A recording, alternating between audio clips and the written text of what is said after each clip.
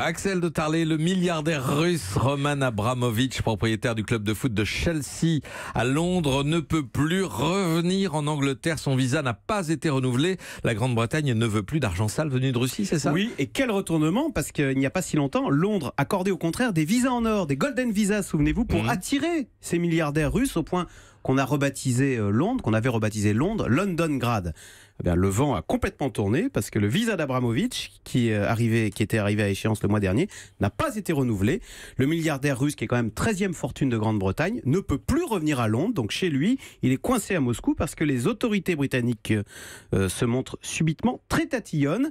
Elles souhaiteraient avoir des explications sur l'origine de sa fortune avant de renouveler son visa, ce qui n'est pas simple parce que on sait qu'Abramovich a fait fortune avec les privatisations plus que douteuses, vous savez, lors de la chute de l'URSS. Pourquoi ce subit revirement? À cause de l'affaire Skripal, cet ancien agent double russe empoisonné? Voilà, les Anglais, on le sait, accusent Moscou d'avoir tenté d'empoisonner en Grande-Bretagne cet ancien agent double. En fait, c'est l'affaire de trop dans un pays qui a l'impression d'être assiégé par l'argent sale venu de Russie.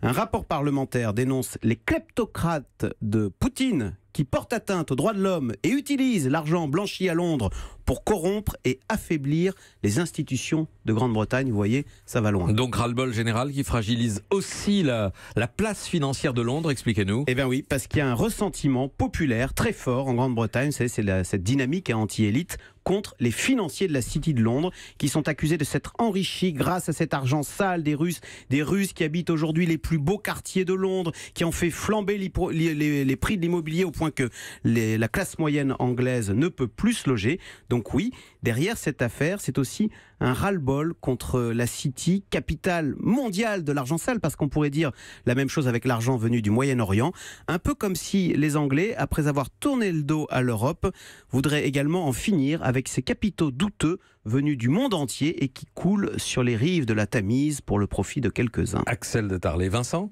Ah non, c'est trop roublard pour moi. Non. Ce que je veux dire, c'est que, non, comme les Italiens qui ne veulent plus de l'Europe, c'est déjà énorme, mais alors, les Anglais qui ne voudraient plus de la City, c'est invraisemblable, on n'y croit pas. Enfin, vous avez des nouvelles au fait de l'agent Skripal? Il va mieux, hein?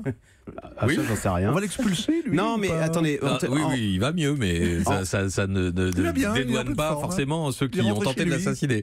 Voilà. Bon, alors, on n'a plus le temps. Bon. Non, c'est fini, on ne prolonge pas le débat. Il y avait un vrai ressentiment contre la finance en Grande-Bretagne, qui est accusée de détourner les talents vers la spéculation au lieu de vers la recherche et la production. On y reviendra. Vincent Hervouet, Axel de Tarlet, Hélène Join, vous restez avec nous. Mathieu Noël dans un instant.